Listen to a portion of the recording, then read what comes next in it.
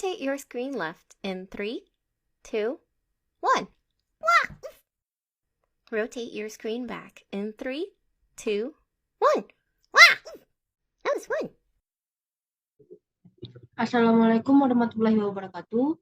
Perkenalkan, nama saya Zahra Graciana Febro dengan NIM C1C020016. Hari ini saya akan mempresentasikan materi mengenai filosofi riset akuntansi keperilakuan. Yang pertama, mengenai pengertian filsafat. Filsafat merupakan disiplin ilmu yang berusaha untuk menunjukkan batas-batas dan ruang lingkup pengetahuan manusia secara tepat dan lebih memadai.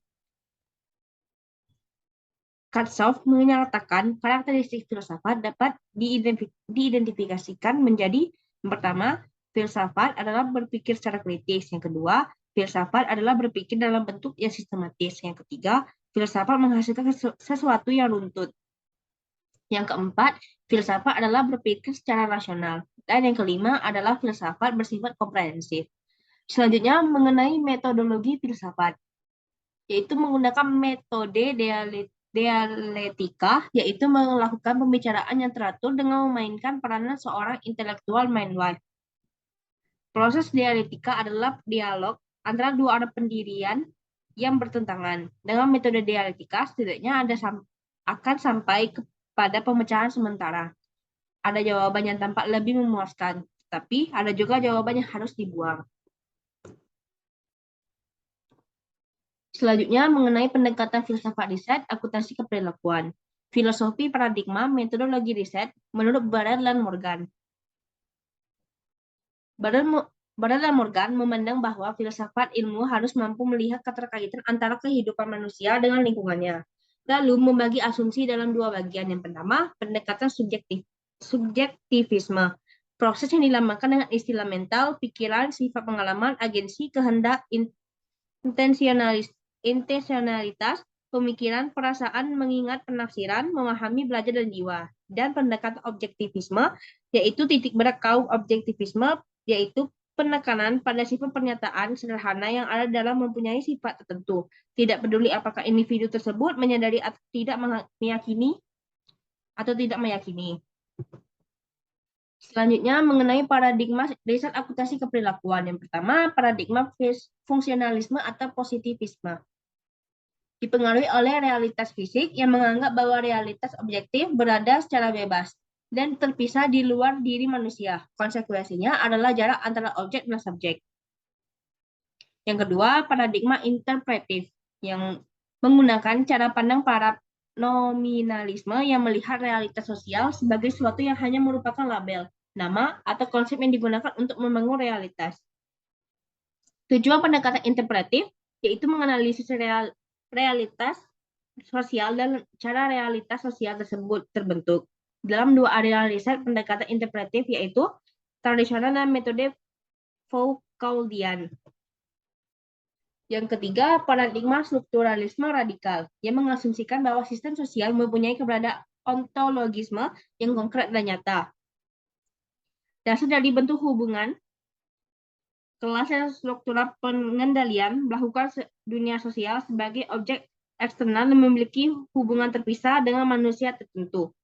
Yang keempat, paradigma humanis radikal, yaitu interaksi berdasarkan pada kepentingan kebutuhan yang melekat dalam diri manusia dan membantu untuk pencapaian yang saling memahami.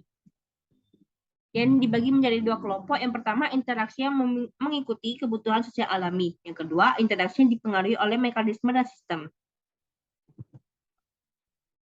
Selanjutnya yang kelima, mengenai paradigma postmodernisme. Menolak pendapat modernisme yang meyakini bahwa manusia mempunyai kapasitas untuk maju, untuk memperbaiki dirinya sendiri dan berpikir secara rasional. Selanjutnya, mengenai paradigma akuntansi kritis. Tidak berkaitan dengan penyelesaian masalah keterasingan, melainkan dengan proses teknis penilaian, di mana penilaian didefinisikan sebagai nilai objektif yang didasarkan pada konsep ekonomi marginalis.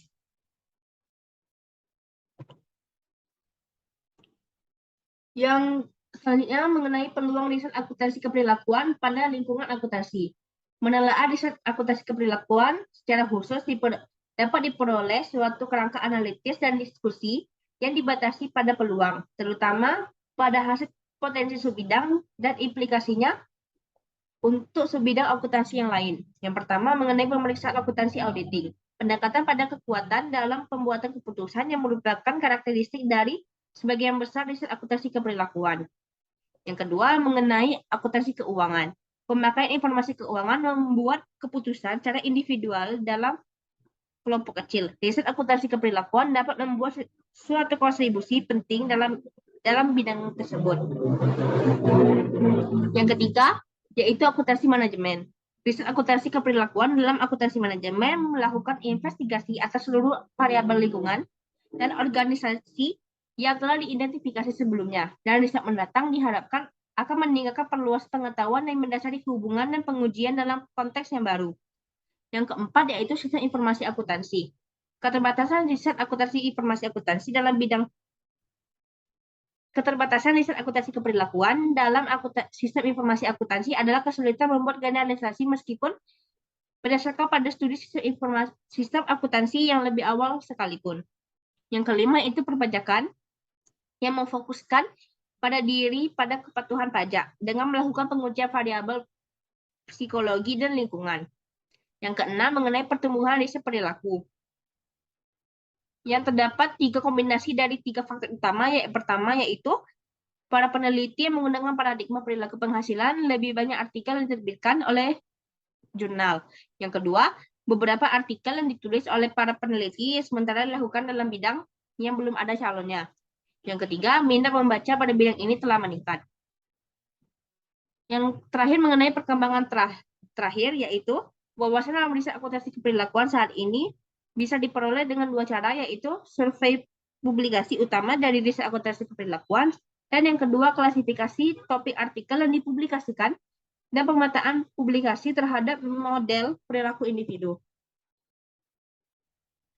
Selanjutnya mengenai teori perilaku tentang perusahaan. Laporan ini menyiratkan keberadaan penetapan suatu tujuan yang hampir bisa dipastikan meliputi tujuan biaya dan pendapatan dalam wujud cita-cita mengenai pertumbuhan, laba, penguasaan penjualan di pasar, produksi, persediaan, tingkat imbal hasil, overhead, bauran produk, karyawan, dan sebagainya.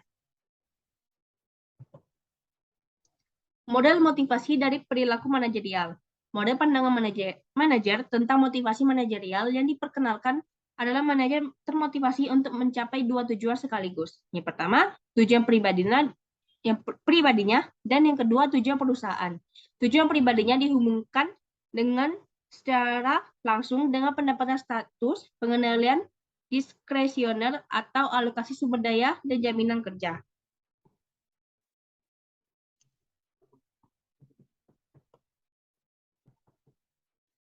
Yang terakhir mengenai wawasan untuk masa depan. Terbatasnya sumber dana ini perlu mendapatkan perhatian khusus dari para subjek profesional yang mampu. Di samping itu, sikap dan pandangan dari beberapa pengusaha yang mempunyai anggapan kurang positif terhadap kegiatan riset ini juga berpengaruh karena mereka tidak selalu memiliki pengetahuan yang cukup untuk memahami bahwa kegiatan para praktis merupakan bagian dari kemampuan aplikasi hasil dari riset. Sekian presentasi saya hari ini. Mohon maaf bila ada kesalahan kata maupun perbuatan. Saya akhiri. Wabillahi taufiq wal hidayah. Wassalamualaikum warahmatullahi wabarakatuh. Do do do do do do do do do do.